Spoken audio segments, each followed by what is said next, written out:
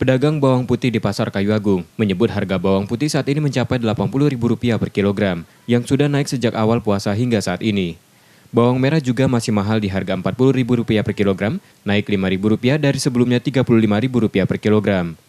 Kenaikan harga komoditas ini disebabkan permintaan tinggi saat menjelang bulan puasa. Naiknya harga bawang putih penjualan menjadi turun. Pak, untuk harga-harga apa yang masih tinggi nih, Pak? Bawang putih Berapa? 80. 80. Sebelumnya berapa?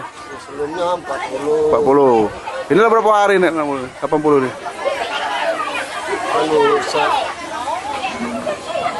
Awal puasa ya? Awal puasa. Sampai sekarang masih ini. Penjualannya gimana, Pak? Jualnya kurang lancar sekarang. Kurang lancar ya. Ini apa, Pak, penyebab tinggi nih kira-kira, Pak? Untuk bawang putih sama itu. Stok sedikit, Pak ya? Sedikit ya?